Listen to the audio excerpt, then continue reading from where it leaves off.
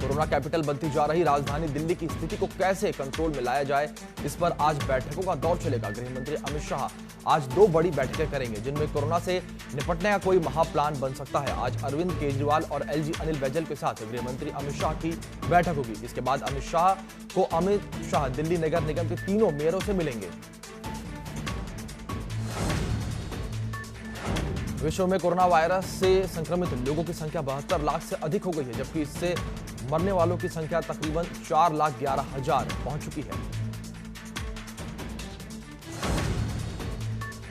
देश में 3,20,000 के पार हुई कोरोना मरीजों की संख्या। 24 घंटे में 11,929 नए केस सामने आए। अब तक 9,195 लोगों की मौत हो चुकी है। देश की राजधानी दिल्ली में कोरोना संक्रमण थमने का नाम नहीं ले रहा है। यहां कोरोना वायरस लगातार अपना कहर दिखा रहा है। अब दिल्ली में एक दिन में 2,134 नए कोरोना मरीजों की पुष्टि हुई है। इसके साथ ही यहां अब कोरोना मरीजों की संख्या 38,958 हो चुकी है। मुंबई में एक दिन में कोरोना के 1,383 नए केस दर्ज किए गए हैं और इस दौरान 69 मरीजों की मौत हो गई है। इसके साथ ही मुंबई में कुल एक्टिव केस 56,740 हो गए हैं और अभी तक 2,111 लोगों की जान चली गई है।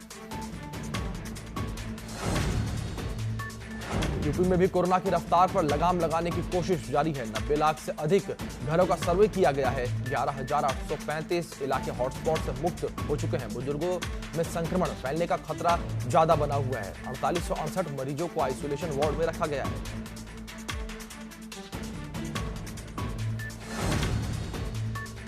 उत्तराखंड में कोरोना मरीजों की संख्या बढ़कर 1,785 हो चुकी है। शनिवार को प्रदेश में 61 लोग कोरोना पॉजिटिव मिले। अब तक राज्य भर में 23 संक्रमितों की मौत हो चुकी है।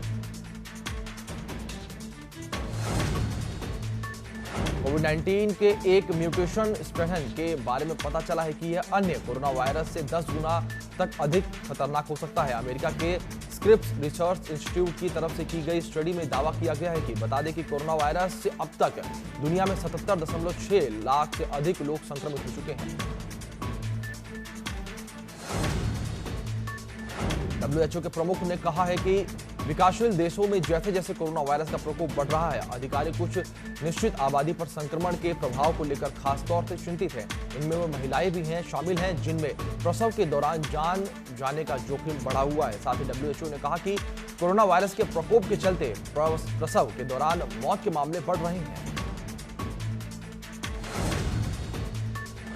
चीन में कोरोना वायरस के एक बार फिर से मामले सामने आने लगे हैं, जिसके बाद चीन की राजधानी बीजिंग के कुछ हिस्सों को लॉकडाउन कर दिया गया है। बीजिंग में कोरोना वायरस के 2 और मामले समेत चीन में 10 नए मामले सामने आए हैं। इसके मद्देनजर प्रशासन ने बीजिंग में स्कूलों की पहली से तीसरी कक्षाएं खोलने की योजना को भी स्थगित कर दिया है। लॉकडाउन की अफवाहों के चलते फिर से लोगों का पलायन शुरू हो गया है। दिल्ली से सैकड़ों लोग प्राइवेट बस के जरिए जा रहे थे। 4 बसों को नोएडा पुलिस ने रोककर सीज कर दिया क्योंकि इनके पास जरूरी परमिट नहीं था। ऐसे में अब नोएडा पुलिस रोडवेज बसों का इंतजाम कर रही है ताकि इन सभी लोगों को उनके घर भेजा जा सके।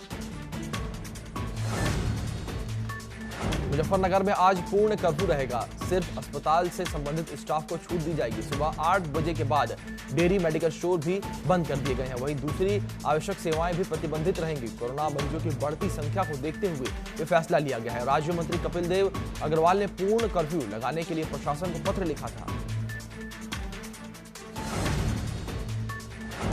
बुलंदशहर में कोरोना पॉजिटिव मरीजों का मस्ती मजाक का वीडियो सामने आया है। ये वीडियो सोशल मीडिया पर जमकर वायरल हो रहा है। मेरठ के कोविड-19 अस्पताल में कोरोना वायरस संक्रमित मरीज मजाक मस्ती करते हुए दिखाई दे रहे हैं। वायरल वीडियो कोरोना पॉजिटिव मरीजों ने बनाई है, जो कि मेरठ के किसी अस्पताल का है।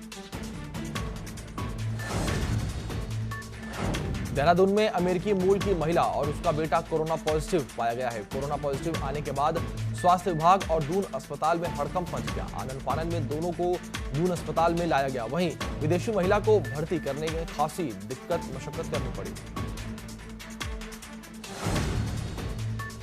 मुख्यमंत्री ने प्रदेशवासियों के लिए एक वीडियो संदेश जारी किया है और कहा है कि कोरोना पॉजिटिव के शव से संक्रमण का खतरा नहीं है। साथ ही कहा है कि संक्रमित की मौत के बाद शरीर को संक्रमण मुक्त किया जाता है। सभी से प्रार्थना है कि किसी भी तरह का संदेह नहीं पाले। मृत्यु के बाद भी व्यक्ति का सम्मान बरकरार रहना चाहिए। देहरादून में पूर्ण बंदी है। ऐसे में देहरादून नगर निगम ने आज फिर से दून के अलग अलग वार्डों में सैनिटाइजेशन का काम किया। इस मौके पर देहरादून के मेयर सुनील उनियाल गामा भी मौजूद रहे। उनके अनुसार शनिवार को रविवार को सैनिटाइजेशन का काम जारी रहेगा। सुनील उनियाल गामा ने कहा कि हमारी कोशिश है कि कोरोना वायरस संक्रमण की चेन को तोड़ा जाए। देहरादून में 17 जून को राज्य मंत्रिमंडल की बैठक होगी। कोरोना संक्रमण फैलने से रोकने की रणनीति पर विचार किया जाएगा। टेस्टिंग बढ़ाने पर भी कोई फैसला कैबिनेट कर सकती है। पर्यटन क्षेत्र में रोजगार के अवसरों को लेकर फैसले हो सकते हैं। टिहरी के बहुप्रशिक्षित डोबरा शांति झूला पुल के निर्माण पर भी कोरोना और लॉकडाउन का खासा असर पड़ा है। मजदूरों की कमी के चलते अब इसके निर्माण कार्य में देरी होगी। हालांकि फिर से निर्माण कार्य शुरू हो गया है, लेकिन मजदूरों के ना मिलने की वजह से काम की गति धीमी पड़ गई है। कुमाऊं की एकमात्र वायरोलॉजी लैब में खराबी आ जाने की वजह से कुमाऊं के 1400 से अधिक कोविड-19 के जांच सैंपल पेंडिंग हो गए हैं। फिलहाल जांच संभव नहीं होने के चलते स्वास्थ्य विभाग द्वारा sample national centre for disease control यानी NCTC दिल्ली भेजे जाएंगे। जानकारी के मुताबिक वायरोलॉजी लैब 11 जून से खराब है और इसे ठीक करने में इंजीनियर जुटे हुए हैं। चंपावत के स्वाला गांव निवासी टीकाराम भट्ट ने लॉकडाउन के दौरान कलाकृतियां तैयार कर रही हैं। उन्होंने शेर शेरनी का सुंदर जोड़ा बनाने के साथ ही कई अन्य जानवरों की कलाकृतियां भी तैयार की हैं। टीकाराम भट्ट बताते हैं कि उन्होंने इससे पहले भी अनेक प्रकार की आकृतियां बनाकर जिला मुख्यालय सहित अनेक स्थानों में बेची हैं। 80 साल की उम्र में उनके इस जज्बे को हर कोई सलाम कर रहा है। कोरोना महामारी के बीच विश्व प्रसिद्ध ज्योतिर्लिंग जागेश्वर धाम में अब ऑनलाइन पूजा शुरू कर दी गई है। लोग बड़ी संख्या में ऑनलाइन पूजा करने के लिए आवेदन भर रहे हैं। ऑनलाइन सुविधा के माध्यम से श्रद्धालु पूजा पाठ अनुष्ठान करा सकते हैं। हालांकि जागेश्वर धाम को 30 जून तक बंद रखने का जिला प्रशासन और मंदिर समिति द्वारा निर्णय लिया गया है। पीएम मोदी 28 जून को मन की बात करेंगे। पीएम मोदी ने मन की बात के लिए लोगों से सुझाव मांगे हैं। साथ ही पीएम मोदी ने कहा है कि आपके विचार हमेशा मन की बात की ताकत रही है। पीएम मोदी ने मन की बात को 130 करोड़ भारतीयों का जीवंत मंच बताया है। उत्तर प्रदेश में एक साथ कई पीपीएस अधिकारियों का ट्रांसफर कर दिया गया है। दरअसल योगी सरकार ने शनिवार देर रात प्रांतीय पुलिस सेवा के 39 अधिकारियों का तबादला कर दिया है। हालांकि बीते महीने योगी सरकार ने अधिकारियों और कर्मचारियों के ट्रांसफर पर रोक लगाई थी। तो वहीं आने वाले दिनों में पान मसाला महंगा हो सकता है। दरअसल सरकार पान मसाला पर सेस बढ़ाने के मूड में है। इसके संकेत वित्त मंत्री निर्मला सीतारमण ने दी हैं। वित्त मंत्री ने बताया कि जीएसटी काउंसिल अपनी अगली बैठक में पान मसाला के अलावा विनिर्माण के स्तर पर ईंट पर अतिरिक्त सेस वसूलने के बारे में चर्चा कर सकती है। रिजर्व बैंक ने कमर्शियल बैंकों में उच्च पद के लिए एक परिचर्चा पत्र जारी किया है। इस परिचर्चा पत्र में बैंकों के सीईओ और पूर्णकालिक निदेशकों की आयु सीमा 70 वर्ष रखने का प्रस्ताव जारी किया है। इसके साथ ही अधिकतम कार्यकाल 10 वर्ष तय करने का प्रस्ताव जारी किया गया है। कोरोना संकट काल में भारत को विदेशी मुद्रा भंडार मोर्चे पर लगातार अच्छी खबरें मिल रही हैं। रिजर्व बैंक के ताजा आंकड़े बताते हैं कि पहली बार विदेशी मुद्रा भंडार 500 अरब डॉलर के स्तर के पार हो गया है। आंकड़ों के मुताबिक 5 जून को समाप्त सप्ताह में 8.22 अरब डॉलर का इजाफा हुआ और इस वजह से विदेशी मुद्रा भंडार 501.70 अरब डॉलर पर पहुंच गया है। पेट्रोल और डीजल के भाव में बढ़ोतरी की कई वजह से कच्चे तेल की डिमांड बढ़ गई है। इस हालात में कच्चे तेल की कीमतें मजबूत होने लगी हैं और डॉलर के मुकाबले रुपए में गिरावट का सिलसिला जारी है। वहीं भारत में पेट्रोलियम कंपनियां अपने को नुकसान से बचाते हुए इसका बोझ ग्राहकों पर डालने पर लगी हुई है। एक हफ्ते में 4 रुपए डीजल महंगा हुआ है। 69,000 शिक्षकों की भर्ती मामले की आंच ललितपुर पहुंच चुकी है। ललितपुर में भी इस मामले से जुड़े हुए तार मिले हैं। शिक्षा विभाग में तैनात खंड शिक्षा अधिकारी राजकुमार पुरोहित के बेटे को भी कम नंबर आने के बावजूद नौकरी मिल गई। 69,000 शिक्षक भर्ती मामले में याचिकाकर्ता शिक्षा मित्र की मौत हो गई है। अम्बेडकर नगर के रमाकांत की साल 2003 में प्राथमिक विद्यालय में शिक्षा मित्र के पद पर नियुक्ति हुई थी। सपा सरकार ने शिक्षा मित्रों को स्थायी अध्यापक बनाने का निर्णय लिया था। परिजनों का कहना है कि रमाकांत काफी तनाव में थे, जिस वजह से उन्होंने आत्महत्या की है।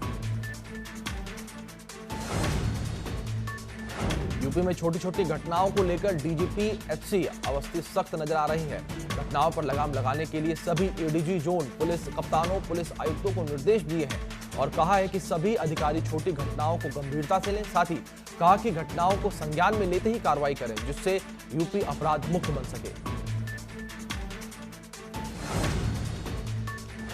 संभल में प्रवासी मजदूरों से भरी गाड़ी की ट्रक से टक्कर हो गई। हादसे में 10 से ज्यादा मजदूर घायल हो गए। कई की हालत गंभीर बनी हुई है। सभी घायलों को अस्पताल में भर्ती करवाया गया है। गाजियाबाद से कानपुर सभी मजदूर जा रहे थे। घायलों में बच्चे और महिलाएं भी शामिल हैं। आगरा एक्सप्रेसवे पर बड़ा हादसा हुआ है। प्रवासी मजदूरों से भरे लोडर से टकराई अनियंत्रित फॉर्च्यूनर। हादसे में 12 मजदूर घायल हुए हैं।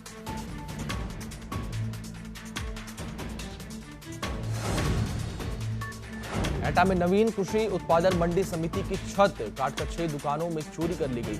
चोरी की खबर मिलते ही लोगों में हड़कंप मच गया। गल्ला मंडी व्यापारी ने इसकी सूचना पुलिस को दी। घटनास्थल पर पहुंची पुलिस चोर की तलाश में जुट गई है।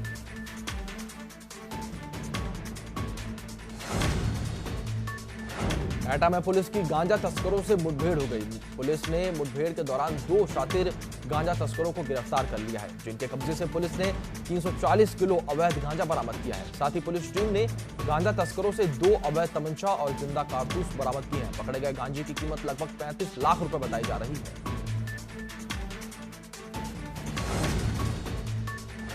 एटा में हुई 2 मासूमों की हत्या का खुलासा पुलिस ने कर दिया है। दोनों मासूमों का कातिल कोई और नहीं बल्कि उनका ही सगा चाचा निकला। पुलिस ने हत्यारे चाचा को गिरफ्तार कर लिया है, जिसके पास से हत्या में इस्तेमाल हुए लोहे की रॉड भी बरामद हुई है। पुलिस ने आरोपी चाचा को जेल भेज दिया है और आगे की कार्रवाई में पुलिस जुट गई है। मुजफ्फरनगर में बच्चों के विवाद को लेकर 2 पक्षों में खूनी संघर्ष हो गया। दोनों पक्षों में पथराव और लाठी डंडे तक चल गए। इस विवाद में दोनों पक्षों के 6 लोग घायल हो गए हैं। सूचना मिलने पर पहुंची पुलिस ने लोगों को शांत करवाया, साथ ही सभी घायलों को हॉस्पिटल में भर्ती करवाया।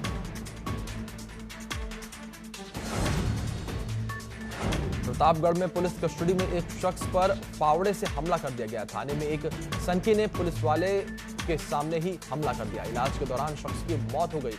हमले का दिल दहला देने वाला सीसीटीवी फुटेज सामने आया है। वहीं लोगों ने पुलिस पर लापरवाही का आरोप लगाया है।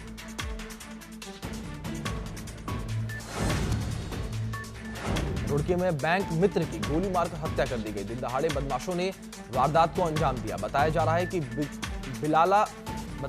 बिलाल अहमद के बदमाशों ने हत्या को अंजाम दिया है। लूट के इरादे से हत्या की आशंका जताई जा रही है। फिलहाल पुलिस मामले की जांच कर रही है। मिर्जापुर के गंगा नदी में एमबीबीएस के छात्र का शव मिलने से हड़कंप मच गया। जानकारी के मुताबिक मृतक छात्र बीएचयू से एमबीबीएस की पढ़ाई पूरी करने के बाद इंटर्नशिप कर रहा था। वाराणसी से गायब होने के बाद थाने में उसके दोस्त ने रिपोर्ट दर्ज कराई थी। सीसीटीवी की मदद से पुलिस गंगा के किनारे तलाश कर रही थी, जिसके बाद आज नवनीत का गंगा में शव मिला। लखनऊ में बैंक कर्मी को नफरत फैलाने की साजिश में गिरफ्तार कर लिया गया है। दरअसल बैंक कर्मी ने फेसबुक पर अमेरिका की तरह प्रदर्शन भारत में भी करने की बात कही थी। पोस्ट पर शाकिब नाम के युवक ने सहमति जताई थी। शाकिब के खिलाफ भी मुकदमा दर्ज कर लिया गया है। वायरल होने के बाद बैंक कर्मी ने पोस्ट को डिलीट कर दिया है।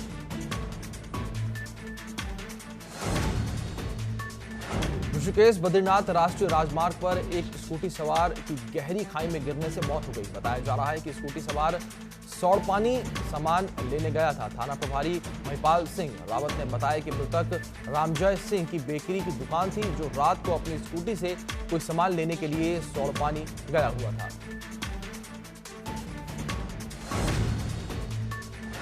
जौनपुर में पूर्व कैबिनेट मंत्री पारसनाथ यादव के मौत के बाद आज उनके आवास पर एसपी के प्रदेश अध्यक्ष शोक व्यक्त करने पहुंचे। परिजनों से मिलकर उन्होंने सांत्वना देते हुए इस दुख की घड़ी में हर संभव मदद करने का आश्वासन दिया है। साथ ही उन्होंने कहा कि स्वर्गीय पारसनाथ यादव की कमी हमेशा पार्टी को खलेगी। उनकी कमी को पूरा नहीं किया जा सकता है।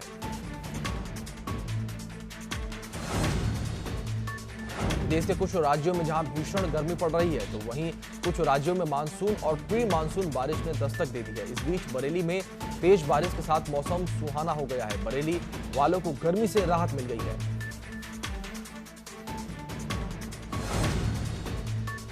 नेपाल की संसद में भारत के तीनों हिस्से कालापानी, लिपुलेख और लिम्पियाधुरा को लेकर विवादित नक्शा पास किया गया है। विवादित नक्शा पास होने पर भारत ने प्रतिक्रिया दी है। विदेश मंत्रालय ने कहा है कि नेपाल का दावा ऐतिहासिक तथ्य का सबूतों पर आधारित नहीं है और न ही इसका कोई मतलब है। नेपाल की तरफ से किया गया दावा मान्य नहीं है।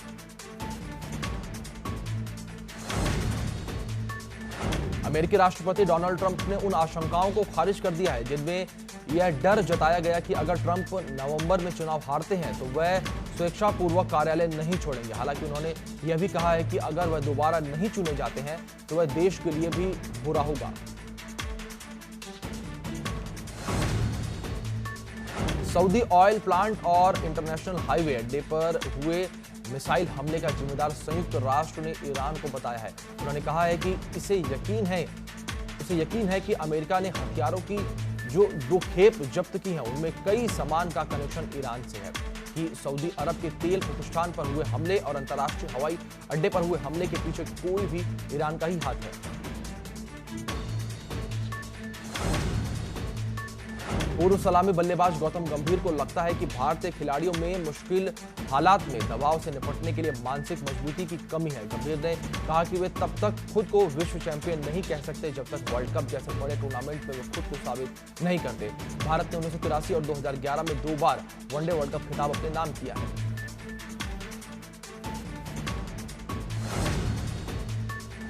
महान बल्लेबाज सचिन तेंदुलकर ने कहा कि T20 वर्ल्ड कप कराने का फैसला ऑस्ट्रेलिया को लेना है क्योंकि वही तय कर सकता है कि अक्टूबर में निर्धारित कार्यक्रम के अनुसार टूर्नामेंट की मेजबानी वह कर सकता है या नहीं।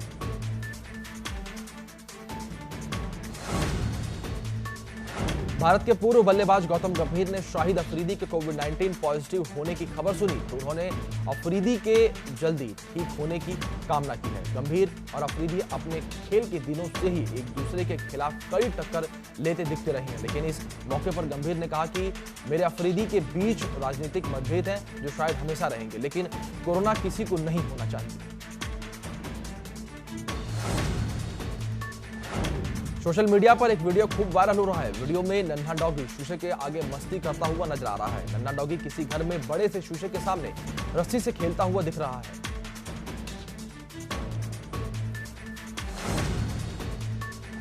सोशल मीडिया पर एक वीडियो वायरल हो रहा है। खुले मैदान में एक गाय घूम रही है, तभी एक लड़की की नजर गाय पर पड़ती है और वह गाय की तस्वीर लेने लगती है, लेकिन गाय को यह बात पसंद नहीं आती है और वो लड़की को सबक सिखाने के लिए उसकी तरफ भागने लगती है, जिससे वो लड़की डर जाती है।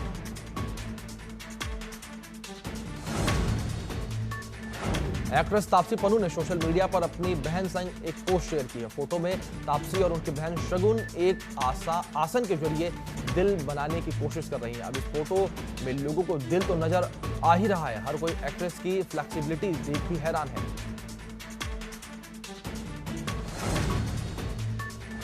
एक्टर अभिषेक बच्चन इस महीने अपने बॉलीवुड में 20 साल पूरे करने जा रहे हैं। अपने 20 साल के इस पारी को अभिषेक इंटरेस्टिंग किस्से शेयर कर सेलिब्रेट कर रहे हैं। वो सोशल मीडिया पर लगातार कुछ न कुछ बता रहे हैं। अभिषेक बच्चन ने बताया है कि एक वक्त ऐसा भी था जब उन्हें उनके पिता अमिताभ बच्चन ने फिल्म सेट से बाहर निकाल दिया था।